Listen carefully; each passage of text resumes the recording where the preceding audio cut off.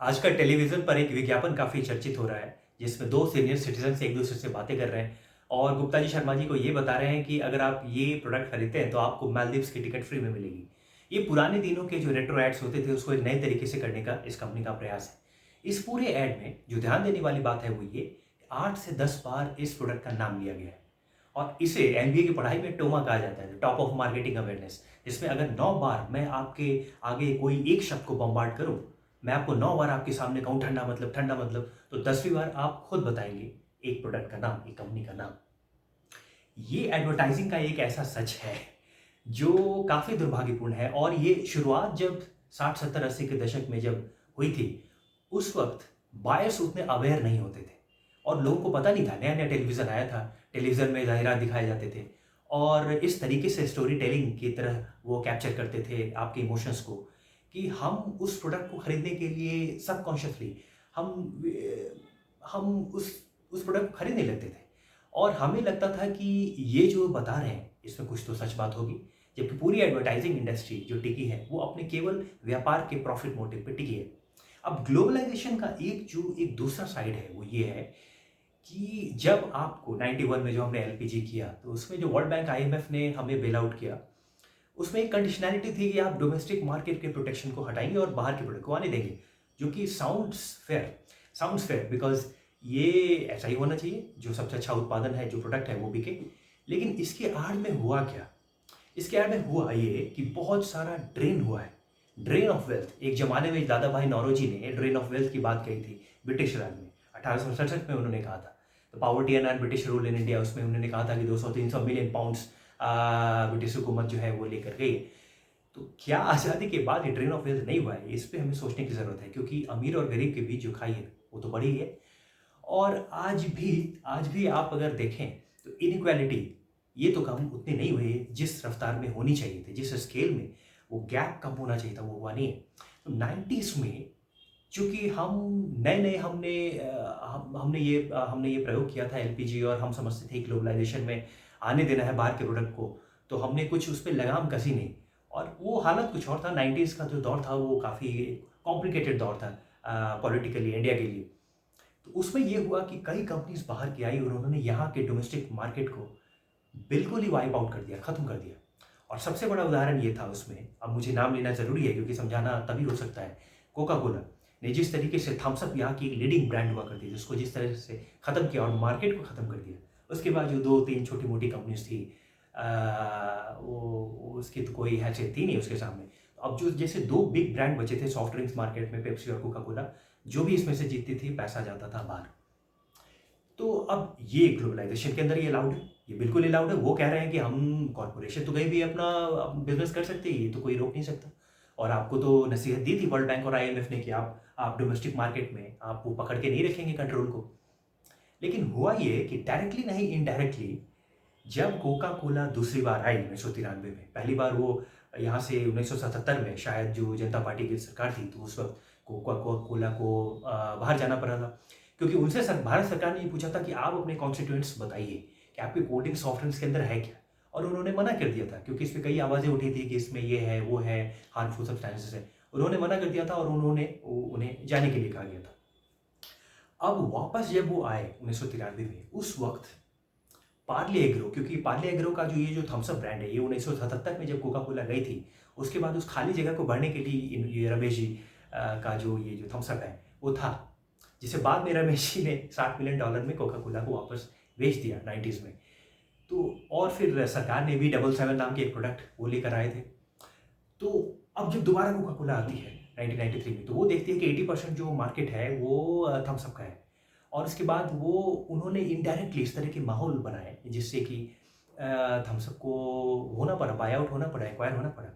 और क्योंकि 60-62 में से 4 बॉटलर्स थे पार्ले एग्रो के पास और बाकी को तो इतना पैसा था कोका कोला के पास, ये दुनिया की सबसे बड़ी कंपनी है और इतना पैसा देकर इन्होंने अपने तरीके से इन्फ्लुएंस कर लिया और ऐसे माहौल बना दिए कि पार्ले एग्रो को एक्वायर होना पड़ा। अब पेप्सी और कोका कोला, इन दोनों में से जो भी कंपनी जो जिसके पास भी जो भी, ये कंपटीशन तो है ही नहीं, ये तो अनफेयर कंपटीशन हो गया और जो भी जीतता है पैसा जाता है बाहर। और जो कोल्ड ड्रिंक्स नहीं पीना चाहते उनको बार बार ये बताया जाता है कि ठंडा मतलब तो आपको समझना पड़ेगा कि बहुत गर्मी है, हम गर्म प्रदेश में रहते हैं भारत में, हम तो ट्रॉपिक ऑफ कैंसर से यहाँ से हमारी शुरुआत होती है दक्षिण भारत से। तो इतने गर्म प्रदेश में अगर मैं आपको 10 बार बताऊं जाहिरात दिखाकर ठंडा मतलब, तो आप खुद ही बताएंगे कि ठंडा मतलब क्या होता है। यही टोमक का कॉन्सेप्ट है। तो अब भारत में हमने ये उस वक्त शायद इतनी अवेयरनेस नहीं थी कि हमारे यहाँ अब शिकंजी है, लस्सी है, छाछ है, आम पाना है, संतरे का जूस है, ऑरेंज जूस है, गली गली में मिलता है। आजकल ये शहरों में ये जितना आई है, अब लोग कोल्ड ड्रिंक्स को टेस्ट करके अब ये सब जूस की तरफ वापस मुड़ रहे हैं, ये एक अच्छा संकेत है। लेकिन 90 के दशक में जब अचानक से एक बाढ़ आई थी उस एडवर्टाइजिंग में, तो हम उसमें बह गए थे और एक धड़ल्ले से कंजम्पशन हुई, बेतहाशा कंजम्पशन हुई। और जो क्रिकेट मैचेस दिखाए जाते थे, वर्ल्ड कप के मैचेस दिखाए जाते थे, उसमें एडवर्टाइजिंग की इस तरीके से एड्स आते थे। आप अगर धार्मिक सीरियल भी देख रहे हैं, उसमें भी हर 10 मिनट में एक बार तो वो ऐड आता था ही, टेलीविज़न से निकल के आपके आपके मनो दिमाग में छा जाता था और कहीं ना कहीं हम कंडीशन हो जाते हैं।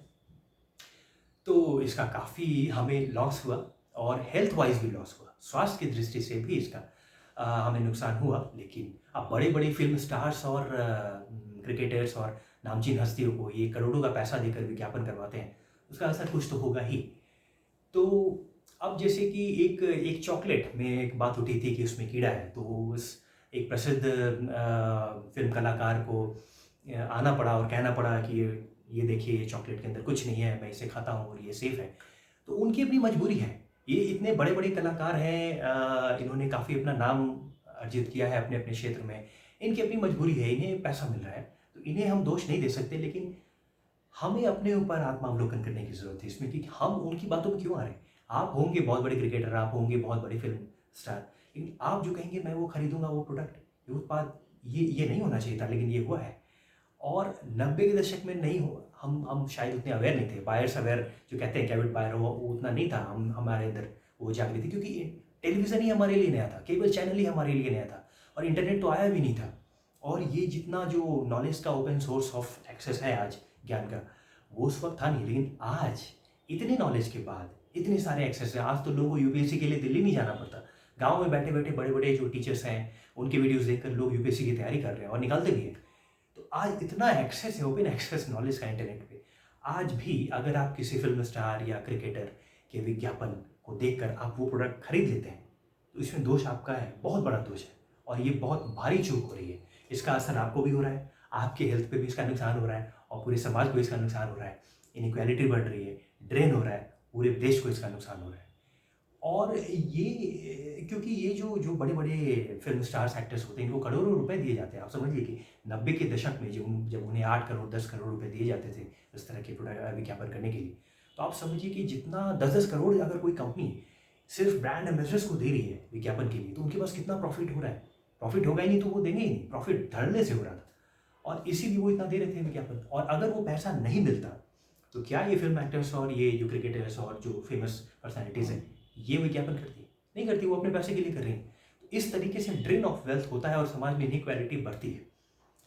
अब हम क्या इन लोगों को दोष दें? ये अपना पैसा कमाना है, पैसा कमाने के लिए कभी किसी को दोष नहीं दे सकते। प्रोडक्ट अगर हम ना खरीदें तो उसकी सेल होगी नहीं।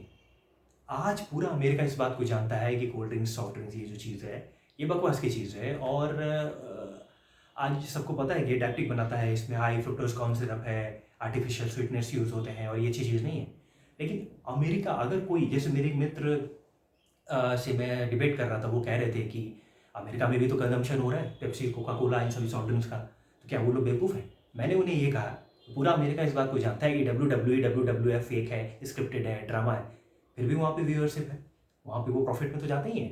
तो ये कोई लॉजिक नहीं है। अमेरिकन लोग की बहुत अलग सोच है, आप कंपेयर मत कीजिए। वो लोग जानते हैं कि जो इम्पॉसिबल, जो असंभव सा साइंस फिक्शन दिखाते हैं अपने हॉलीवुड को मूवीज़ में, जो फिक्शन दिखाते हैं अलग अलग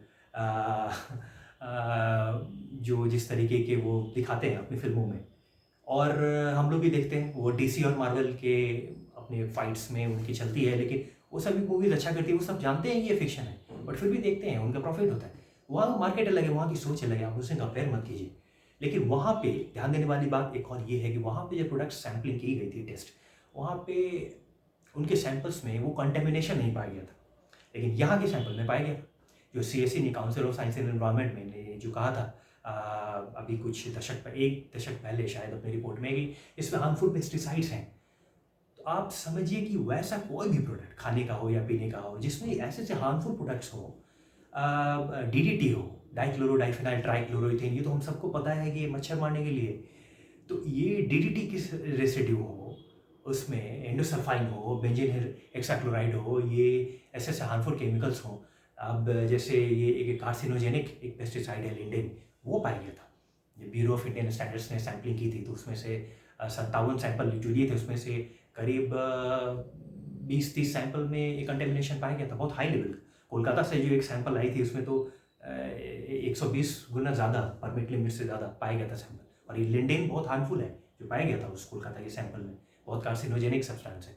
ऐसे से हार्मफुल अगर सब्सटेंस अगर मिलते हैं किसी भी खाद्य पदार्थ या पेय पदार्थ में, तो ये तो बहुत गलत बात हो गई। और ये कंपनीज ये कह रही है कि यहाँ के पानी में कंटेमिनेशन है, वो कोई एक्सक्यूज़ नहीं हो सकता। दूसरा एक्सक्यूज़ उन्होंने ये दिया कि हम करीब 10,000 भारत के लोग एम्प्लॉय करते हैं, तो फिर तो हम प्लास्टिक कभी बैन नहीं कर पाएंगे। प्लास्टिक में हम 4 मिलियन लोग एम्प्लॉय करते हैं, सबकी जॉब को नौकरी को खतरा हो जाएगा, तो हम कभी बंद नहीं कर पाएंगे। ये कोई लॉजिक है नहीं, क्योंकि ये जो कंपनीज़ हैं ये बहुत बड़ी कंपनी, दुनिया की सबसे बड़ी कंपनीज़ हैं, इतना पैसा है इनके पास।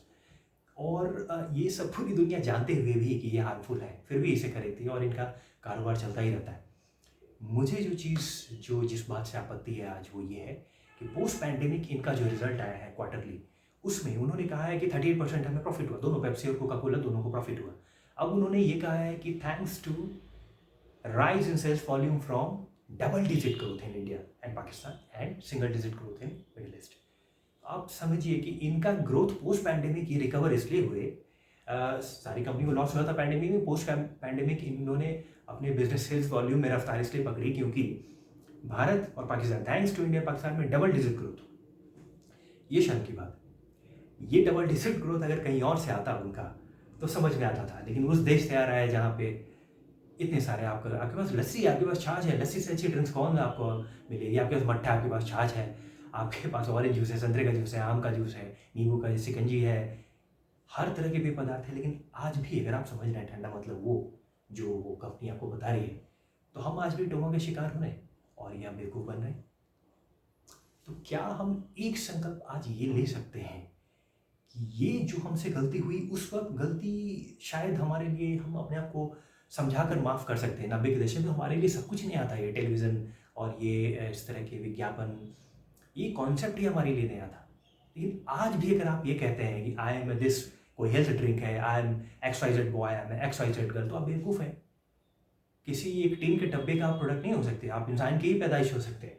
तो आप ये कहना कि कोई एक हेल्थ ड्रिंक्स आप I am this boy, I am that girl, ये बेवकूफ़ी है। आज भी आप ये कहते हैं कि तंदुरुस्ती के लिए आपको ये सोच चाहिए, तो हम और आप बेवकूफ़ हैं। अगर हम आज भी वही समझ रहे हैं, तो ये प्रोडक्ट्स जो बनाए गए थे अलग अलग देशों में, उनके परिवेश के लिए बनाए गए थे, उनकी अपनी मजबूरी है, उनके यहाँ क्लाइमेट नहीं है वैसा, महीनों महीनों वहाँ पे सूरज नहीं निकलता। लेकिन आज जैसे आप देख रहे हैं कि इतनी गर्मी है, मुझे भी अभी पसीना आ रहा है, इतनी गर्मी में आप इलेक्ट्रिक ड्रायर यहाँ पे बेच रहे हैं भारत में कि इसलिए बेच रहे हैं क्योंकि ग्लोबलाइजेशन हो गया ना। 91 में आपको वर्ल्ड बैंक ने कहा कि आपको ग्लोबलाइजेशन करना पड़ेगा, कंडीशनैलिटीज आपको दी थी, और ग्लोबलाइजेशन में जो बाहर है वो यहाँ चलेगा, वो अपना स्ट्रॉन्ग एक्ट्स रखेंगे, वहाँ पे लॉज लगाएंगे, वो लोग बाय अमेरिका और this that strong anti dumping laws अपने अपने देश में लगाएंगे, लेकिन अपने प्रोडक्ट्स यहाँ पे डंप करेंगे क्योंकि हम कितने हम 125 करोड़ के जनसंख्या के लोग हैं और ये मार्केट बहुत बड़ा है, तो यहाँ पे डंप तो करेंगे वो अपना प्रोडक्ट, वही कर रहे हैं और हम डंप होने दे रहे हैं। ये हमारी ये समस्या है। वो तो अपना बिजनेस कर रहे हैं, बिजनेस में प्रॉफिट एंड लॉस का एक एंगल होता है, हम डंप होने दे रहे हैं प्रोडक्ट को, ये हमारी बेवकूफ़ी है। तो और वो डंप कैसे होता है? एडवर्टाइजिंग के थ्रू। एडवर्टाइजिंग एक ऐसी इंडस्ट्री है जिसमें कॉपीराइटर कुछ भी लिख दे, आप उसमें वशीभूत होकर आप उस प्रोडक्ट को, उसमें आपका विश्वास बढ़ जाता है। आज ये क्यों हो रहा है? जो आज भी आप किसी फिल्म एक्टर, जो उन्हें 10-10 करोड़ मिल रहा है वो विज्ञापन करने के लिए, लेकिन किसी फिल्म एक्टर या किसी स्टार या सेलिब्रिटी उसके विज्ञापन को देखकर आज आप कोई प्रोडक्ट खरीदने जाते हैं, हम बेवकूफ़ हैं। आप वो खरीदिए जो आपको खरीदना है, जो आपकी अपने विवेक से निकला है। वो कुछ भी हो सकता है, भारत का प्रोडक्ट हो, स्वदेशी हो, विदेशी हो, कुछ भी आप खरीदें, लेकिन वो आपके अपने नॉलेज से, अपने विवेक से निकला हो। वही सेंस होना चाहिए। ये तो नॉनसेंस है, आपको कोई कह रहा है आप ये खरीदो, उसमें आपको मसाला लगा दिया गया तड़का और आप वो खरीद रहे हैं। तो आप चेन्नई जैसे दे जगह पे आप इलेक्ट्रिक ड्रायर खरीद रहे हैं, आप ये बेवकूफ़ हैं। ये तो वही बात हो गई कि किसी गंजे को अगर कंघी बेचा जा सकता है। एडवर्टाइजिंग से कुछ भी किया जा सकता है। आपको रैट पॉइज़न बेचा जा सकता है, बहुत ही स्टोरी टेलिंग के फॉर्मेट में एक कैप्टिवेटिंग कैंपेन लगा के। क्योंकि हम में से कई लोग अगर डिजिटल मार्केटिंग करते हैं, वो जानते हैं कि कैंपेन्स की अपनी टीम होती है और उन्हें पैसा मिलता है और वो कैची स्लोगन्स वो लिखते हैं। वहाँ से फिर digital marketing team take over करती है, फिर डिमांड जनरेशन का खेल होता है और वो अपने अपने बजट के अनुसार बजट आता है बाहर से, बाहर बहुत पैसा है इनके पास। तो फिर यही होता है और हम चूँकि वो उसमें बह जाते हैं तो हम खरीदते हैं और वो अपना क्वार्टरली बेनिफिट दिखाते हैं कि लास्ट क्वार्टर में 38% हमें ग्रोथ हुआ है।